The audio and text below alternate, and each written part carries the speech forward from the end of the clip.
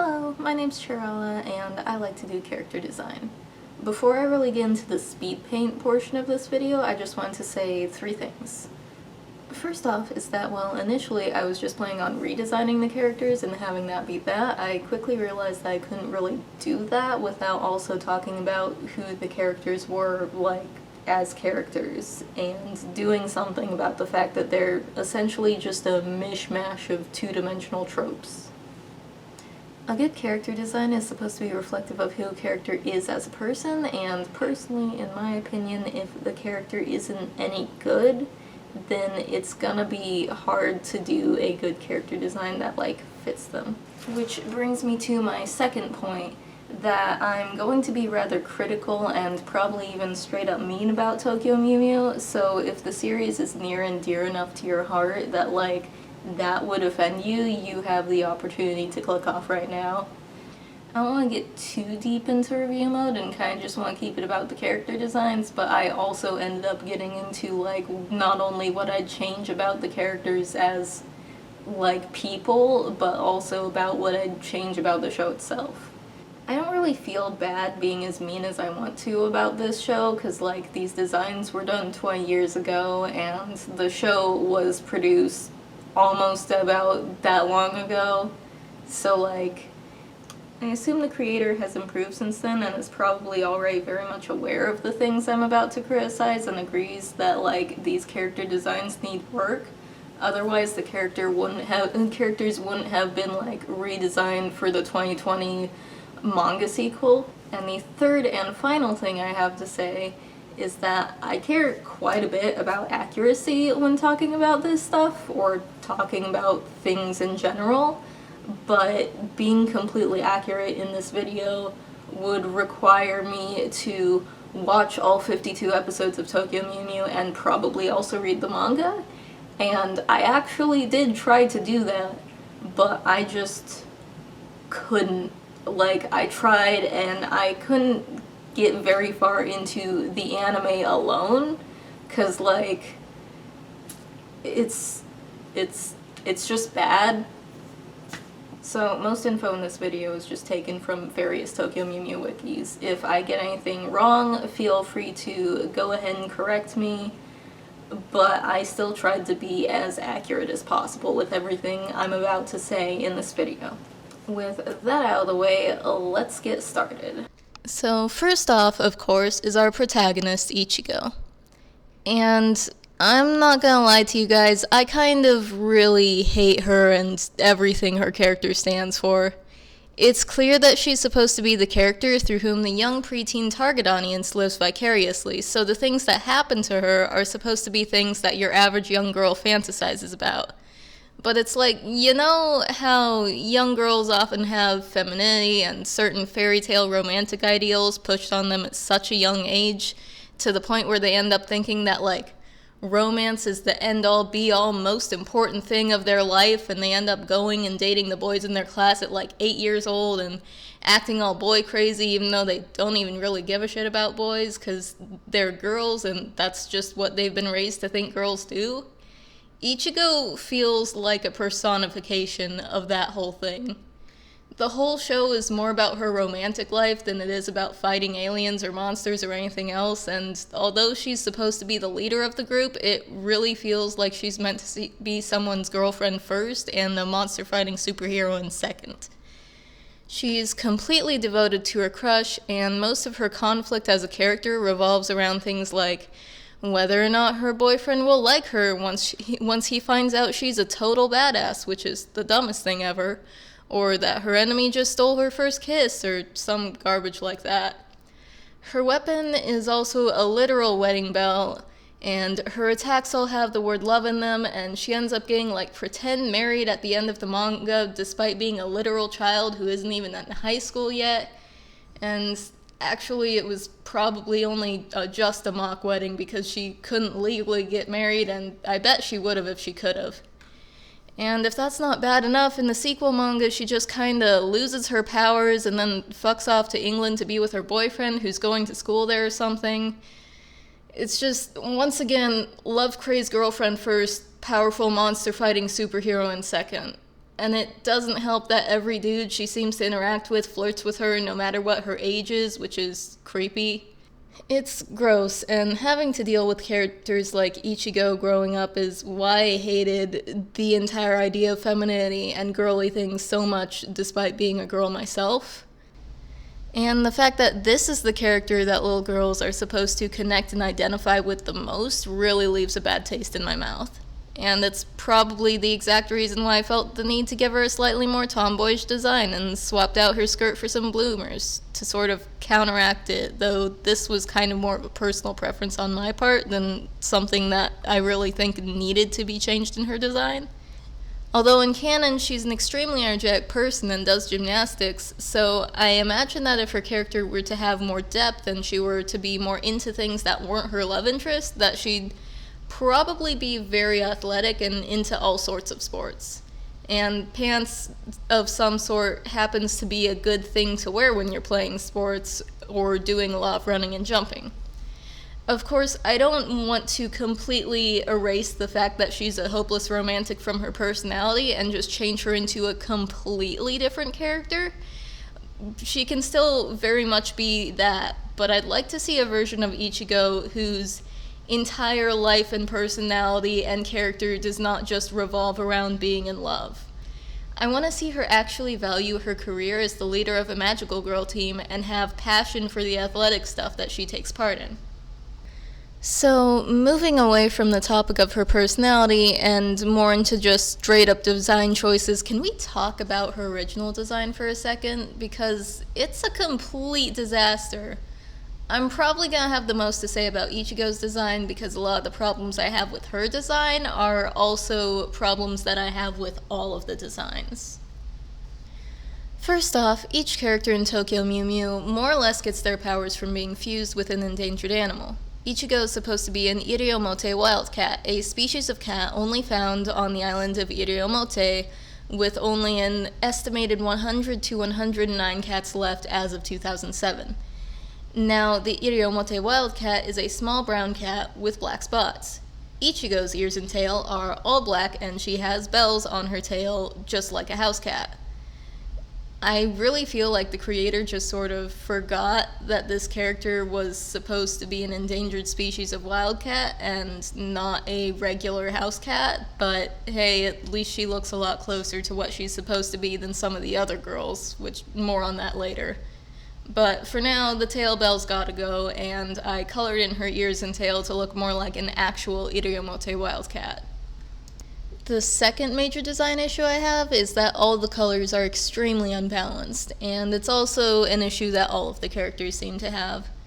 Usually with character designs, I try to follow a rule I learned from Lolita Fashion, where you split an outfit up into 3 sections. The top, which is the head and shoulder area, the middle, which is the torso and arms, and the bottom, which is the legs and feet. Any color you put in one section, you're going to want to put in the other sections in relatively equal proportions. So for Ichigo, the top and middle section of her outfit is mostly one big block of pink, with the bottom section, aka her boots, being a big block of red. There's no pink on the bottom and not nearly enough red up top to counterbalance each other, and the boots ultimately look like they don't go with the rest of the outfit. In the top and middle sections of the design, the red is used pretty sparingly as an accent color on her dress, with some smaller blocks of red in her gloves and the gaudy bow that's on her tail. I guess if she holds her tail up high enough and bends over or something, that'll bring her bow up to head height and make it feel like a bit less lopsided, but I really don't feel like that should count. Also, can we talk about how her hair and her dress are just slightly different shades of pink? Because I hate that. The black in her design also just doesn't feel like it should be there, and if you're going to put it in as a second accent color, it should probably be balanced with the red, and I just don't feel like it's a very good palette considering the red complements all the pink, but the black kind of really clashes with it, being like a more cool black than the warm reds and pinks. And the black ears and tail really just feel like they were taken from another design and slapped onto her. And actually, it seems that's exactly what happened. See, side tangent time, but before Tokyo Mew Mew was Tokyo Mew Mew, it was something called Tokyo Black Cat Girl. It has many of the same basic elements that Tokyo Mew Mew has, in that it's about this girl who ends up being given magical powers while on a date with her crush, and is told she has to fight aliens now, which is pretty much more or less what happens to Ichigo. When Mia Ikumi, the creator, presented this to her editors, they shot her down and told her to make it about a team of magical girls and to reconstruct the protagonist, which is unfortunate because, let's be real here, Hime's design is actually way better than the mess that is Ichigo. The heavy environmental message in Tokyo Mew Mew also seems to be missing from Tokyo Black Cat Girl. It sounds like the editors just thought it'd be safer to make yet another Sailor Moon clone, which is probably why Tokyo Mew Mew is such a mess, to be honest. I think that if Tokyo Mew Mew started out as something that was intended to be about a team of environmentally themed magical girls from the get-go, rather than as Tokyo Black Cat Girl with some more stuff just slapped on there, it would have been a lot better. For example, there's this whole thing about saving the planet and the environment, but that theme is expressed as them fighting aliens that want to destroy the environment and make the planet uninhabitable to humans so that they can, like, reclaim it. Which isn't exactly a bad plot line, but, like, us humans are kind of doing that exact thing ourselves, and I think it'd be more effective if the bad guys weren't aliens, but, like, CEOs of corporations polluting the environment or something like that. The premise could be a good opportunity to teach their young audience about environmental issues, but it's squandered, likely because they started with fighting aliens and went to environmentalism from there, rather than starting with environmentalism and wondering what would be a good way to express that theme. And I think that perhaps the other four characters being afterthoughts may also be part of the reason why they kind of suck.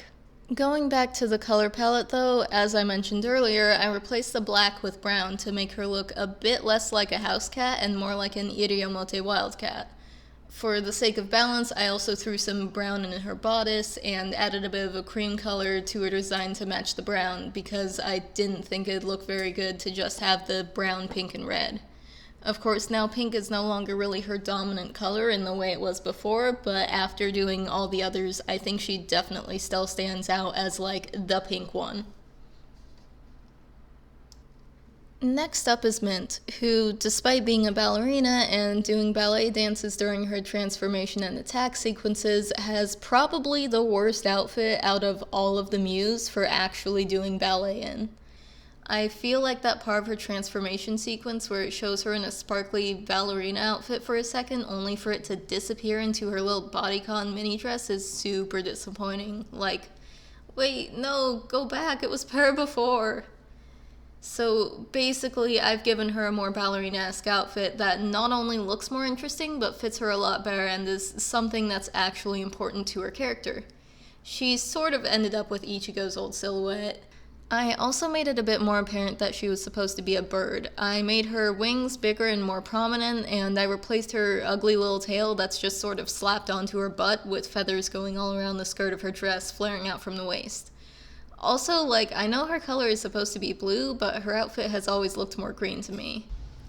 Now, personality-wise, Mint's primary character traits are being rich and being a bitch. She's spoiled, snobbish, self-centered, and condescending, and she constantly insults people and bosses them around. I don't mind having a character start out this way, but I definitely would have liked to see more development from her. I mean, she does kind of get nicer as the series goes on, but it's done in such a way that, like, oh, deep down she really is such a kind and empathetic person, you just have to get to know her. But it seems to me like she's only acting that way towards the other girls as she gets used to them and becomes her friends, and she's still kind of a bitch anyways, and is likely just as much of a jerk to people outside her friend group as she was to Ichigo when she first met her. Like, she never actually learned any sort of lesson about not looking down on others or not being so mean, which is personally something that I would have liked to see. Because, you know, character development is a good and cool thing to put in your story, I think. Instead, it just kind of feels like the writing makes excuses for Mint, implying that she doesn't have to change anything about how she acts, other people just have to get to know her.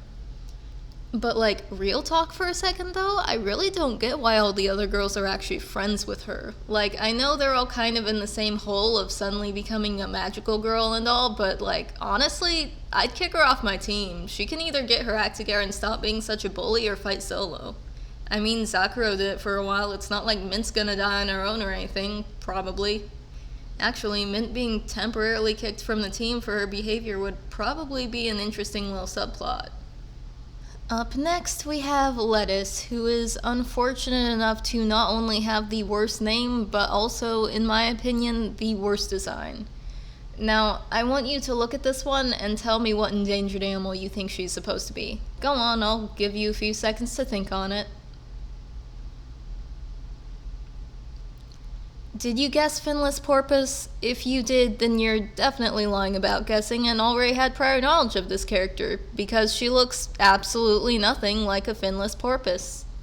The most I've really gotten out of this design is that her wearing a swimsuit sort of outfit might be a nod to her being a water-based animal, but like, that's only a conclusion I was able to draw after reading what her animal was supposed to be on a wiki, and really she looks more like a praying mantis or something, or like some kind of beetle. And I'll admit, this is kind of a really difficult one to do. I completely struggled with trying to not only make a magical girl outfit based on this, but also make it green and have it come across as even somewhat of a nod to that sort of animal. I was completely stumped, so I just ended up changing her animal. Don't worry, Lettuce is the only character I'm doing this for, as I don't want to stray too terribly far from the original, but I felt like I had to here. She's now a green sea turtle, which fits her color scheme a lot better and also allows her to still be the one with water powers. I also think it fits her personality really well, as she's a sort of shy, kind, gentle character, and I thought her being a turtle could be representative of her sort of coming out of her shell, so to speak. And since I'm pretty much doing a complete overhaul of her design anyway, I also wanted to use this opportunity to implement some ideas I rarely see get used in magical girl animes, like throwing a longer skirt on her design, or giving her a bigger, clunkier weapon that allows her to have more of a tank-like fighting style in the form of her turtle shell shield. I think it'd be fun to have a wider variety of actual fighting styles. I mean, I know it's kind of a genre staple, but personally I'm not fond of that whole let's give everyone more or less the same attack but with a different pretty flashy animation that we can use over and over again thing. I think some variety and creativity in the differences between the way characters fight, giving them different strengths and weaknesses in battle, makes things way more interesting. And also, in keeping with the theme of musical instruments as weapons that the series has for some reason, her shield could function as a drum. I don't know why they've all got musical instrument weapons, they just kinda do, and it has no real relevancy to the other themes of the show. Like, Tokyo Mew Mew does that with a lot of stuff, actually. It's normal for magical girl animes to give each magical girl a thing that fits a certain theme, but generally that theme has relevancy to the show. In this, everyone's got a particular animal assigned to them, and that's all well and good, but there's really no reason why they should all have musical instrument weapons, because music has zero relevancy to the show. Maybe it'd make sense if, like, I don't know, they were in a band together or something? Ooh, actually, I like that idea. It'd be way better than them covering up their base of operations with, like, a maid cafe that all the girls on the team are just sort of forced to work in. Which was another one of those weirdly out of place things that wasn't really very well woven into the rest of the story, and I thought that just sort of distracted from it. Hell, why don't we have more magical girl animes that are also idol animes? That's such a good combination. Anyway, going back to the whole giant shield thing, I went for a sort of Viking shield main feel for her outfit. I don't think I actually remember Lettuce expressing interest in any hobbies, like, at all, but she seems like the sort of character that ought to be the more bookwormy type, so I thought that maybe making her character a little more interesting by making her a history buff would be cool. And if she's really into history, maybe she'd like the idea of being a Viking shield maiden. Now, I'm about to say something that's probably incredibly controversial, and that is that Pudding has the best character design out of all of the original 5 Mews. Wait, no, listen. Okay, so Pudding is supposed to be a golden lion tamarin monkey. I think that maybe certain bits of her design, like those weird little fur tufts on the side of her head or her braids, don't need to be there and can go, but like overall, I like the little jumpsuit. It suits her well with all the acrobatics and whatnot she does, and whatever is happening with her sock situation seems pretty cool. It just needs a little work to make it better, I think. But like, honestly, the only work I felt like I had to do was give her a coat with a big fluffy fur collar that's more reminiscent of a golden lion tamarin. The changes are minimal, and yet it's a massive improvement. Character-wise, I also think Pudding was one of the more interesting characters of the series. Her deal is basically that she's the youngest member of the group, but she's also the oldest of her siblings and is the primary caretaker of her family since her mom is dead and her dad just fucked off to some mountains in China to study martial arts or whatever like an asshole. So, while outside of the group she often has to be responsible for her family, in the team she's able to sort of sit back, let the other members of the team be the mature, responsible ones, and allow herself to just be a kid for once, hence her very silly and rambunctious demeanor. I think this is actually a pretty interesting idea for a character and is kinda neat, and I wouldn't change a thing about her. Though, if I were in charge of writing the story, I'd probably give her and her family a happier outcome than just Pudding is able to support her siblings.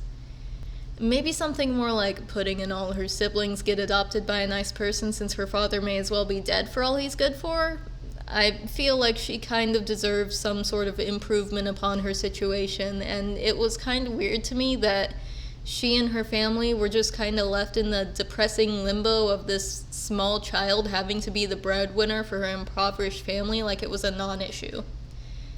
And Pudding also, unfortunately, had love interests. One was a villain, and one was like a grown-ass man who was her father's apprentice, and there was like a whole arranged marriage thing with this guy trying to marry her to inherit the right to the family fighting style or some shit, and it was just, it's gross.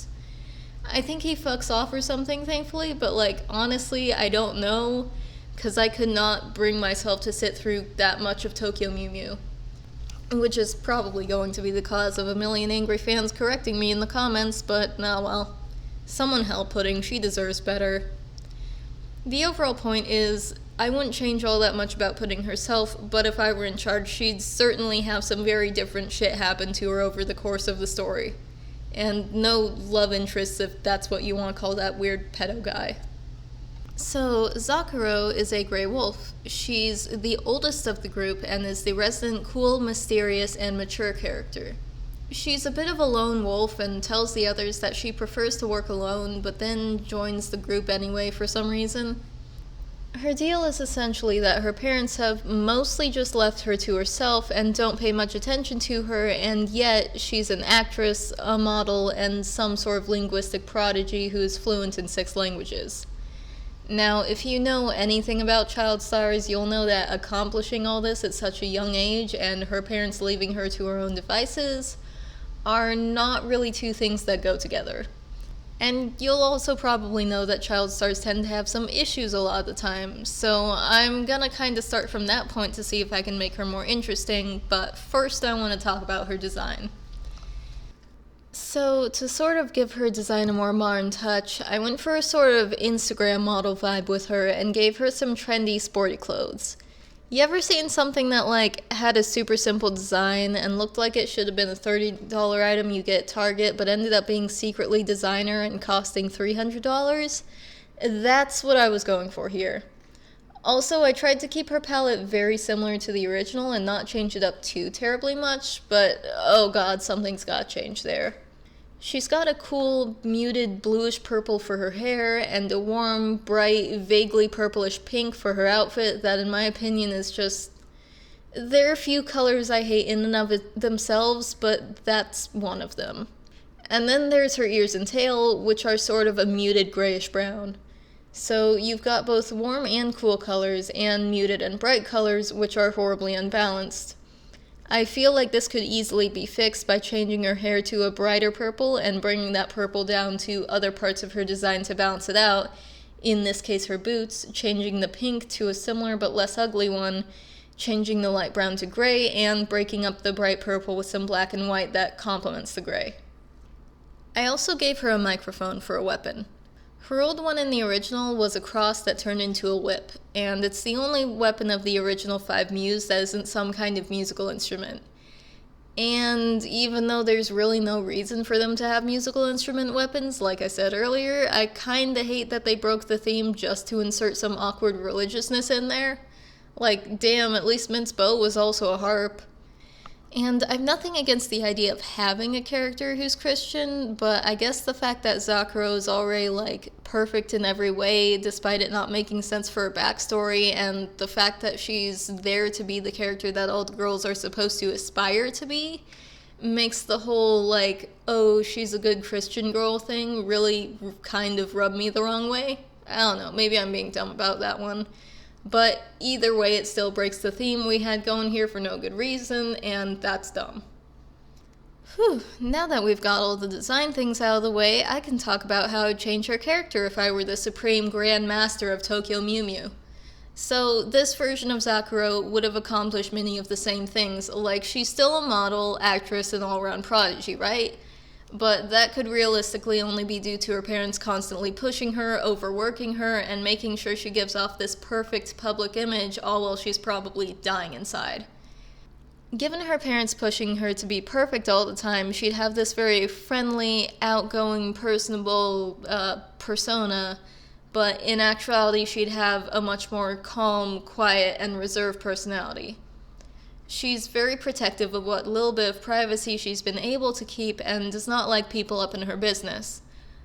Not only does fame and her own fake persona isolate her from her peers, but she also pushes people away and ends up not really having any friends and claiming that she doesn't really want any. This, I think, makes for a fantastic opportunity for her to start out as an antagonist and eventually switch sides to join the Mews as they teach her about the power of friendship, which, as we all know, is the most integral part of any given magical girl anime. Plus, her being very different in person as opposed to how she is on TV presents a very good opportunity for Mint to start seeing her not as the perfect idol, but as a human with flaws. And then maybe the two can actually have a deeper and more meaningful friendship than just famous person and obsessed fan. But wait, there's more! You know, originally when I set out to do this, I'd figured I'd just do the main 5 Mews and call it a day, but it turns out I actually had way too much fun doing this, so I kept going. There are a couple of other Mews that aren't in the main series, Mew Berry and Mew Ringo, and I redesigned them both as well, so let's start off with Berry. Berry is the protagonist of the manga-only sequel to Tokyo Mew Mew called Tokyo Mew Mew a la mode. This is after that thing I mentioned where Ichigo just sort of lost her powers and fucked off to England to be with her fiancé. God, she's like 13 or something, and yet she has a fiancé, and she seriously fucks off to another country on the other side of the planet to be with some dude, and she's not even in high school yet, and... Oh wait, I'm sorry, I'm getting off track. Point is, the Mews have no leader anymore, and instead of having Zacchara take over, which would probably be the most sensible candidate for being the replacement leader, Berry here falls ass backwards into the machine that fuses girls with endangered animal DNA at the maid cafe and ends up becoming fused with not one, but 2 different animals. Wow, how special! She's also got a love interest, and her powers and whatnot, like Ichigo, also seem to be themed after love, which leaves me with a kind of gross feeling after the way Ichigo was handled, and also Pudding, but like, sure, whatever. Now, I didn't actually bother to read a la mode, which I'm sure you probably saw coming by this point, so I don't really have a good grasp on Berry's personality or the events of a la mode, which makes it a bit hard to really figure out what I'd change about her personality and her story. But I'm getting a very strong vibe that Berry is just discount Ichigo, so honestly, as much as I don't want to change these characters up too terribly much, I don't really feel bad just taking Berry's core elements and starting over from scratch. So the 2 animals she's fused with are an Amami black rabbit and an Andean mountain cat, resulting in her having both rabbit ears and a cat tail. To be blunt, I think that whole concept is dumb, and I'm going to nix the Andean mountain cat aspect and just go with the rabbit part, since the team's already got a cat girl anyway.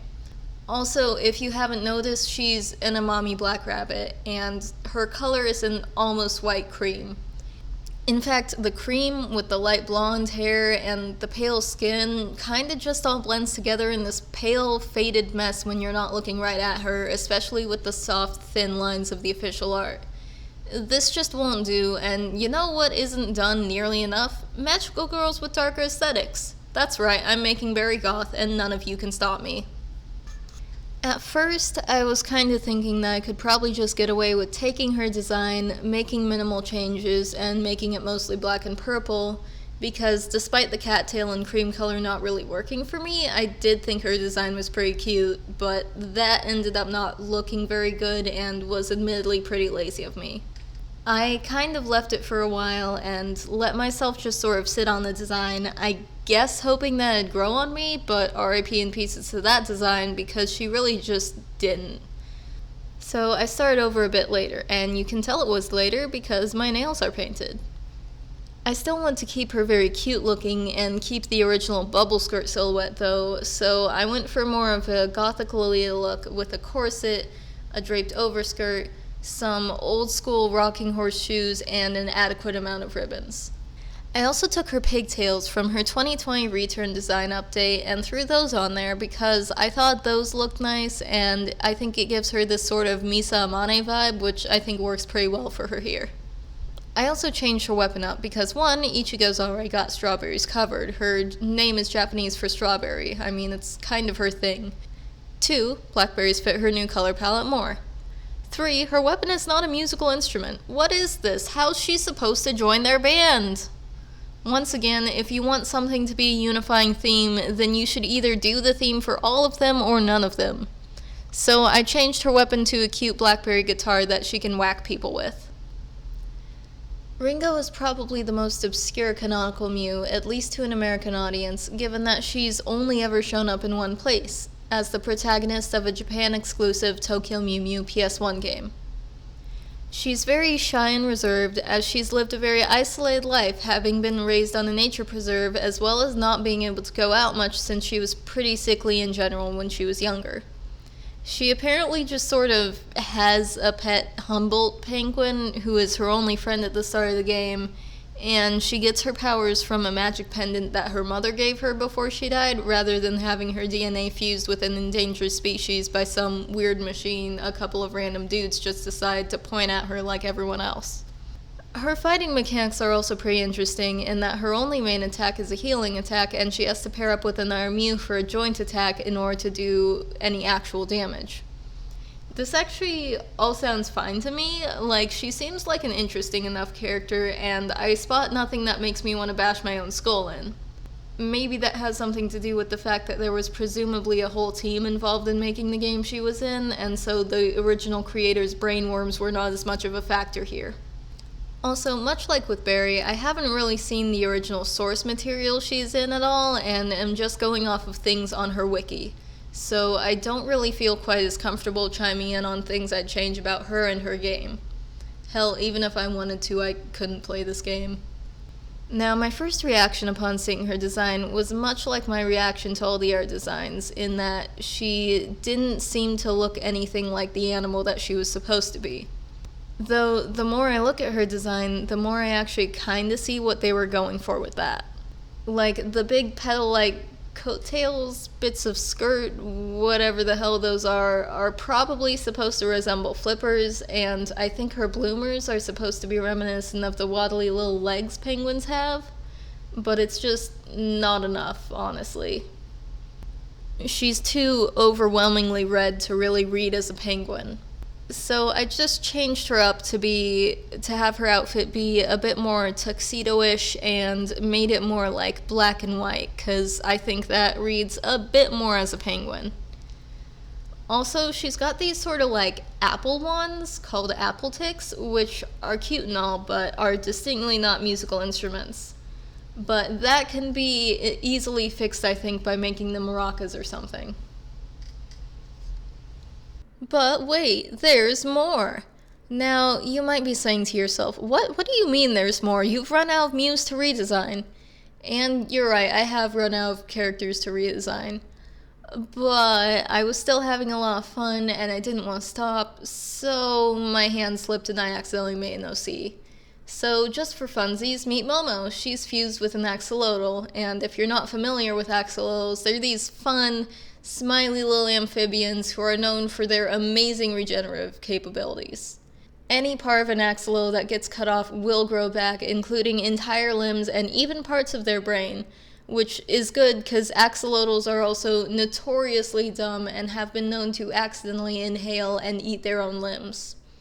So Momo here has really fantastic healing powers, but not much in the way of offensive capabilities, which frustrates her because she's a sort of rough and tumble tomboy character who actually enjoys fighting. And maybe she's been involved in like those delinquent girl gangs you always see in animes in the past but got out of it. Much like an axolotl, she is also a grinning idiot who will consume anything placed in front of her and can and will eat copious amounts of food. I also didn't really think about weapon for her while I was initially drawing or designing her, but some peach-themed maracas would be cute as well as appropriate since axolotls are native to Mexico and her name is Peach in Japanese, and also her color is peach, which I'm sure you've probably noticed by now. And with that, I am finally done. I hope you guys like this. This is my first time doing a video ever, so filming and editing are pretty new to me. And I probably shouldn't have started with like a thing that was 8 speed paints in one because holy crap, this is kind of a lot to edit, but oh well. I'd like to do more in the future, so if you're into character designs and speed paints and you like my art, then please consider subscribing. I mean, I'll do stuff whether you subscribe or not, but it's nice to have people pay attention to and give feedback on the stuff you work so hard on, you know? I'm also always open to constructive criticism and suggestions on how to improve both for my art and for filming and editing. Hope you're having a not terrible time. Bye!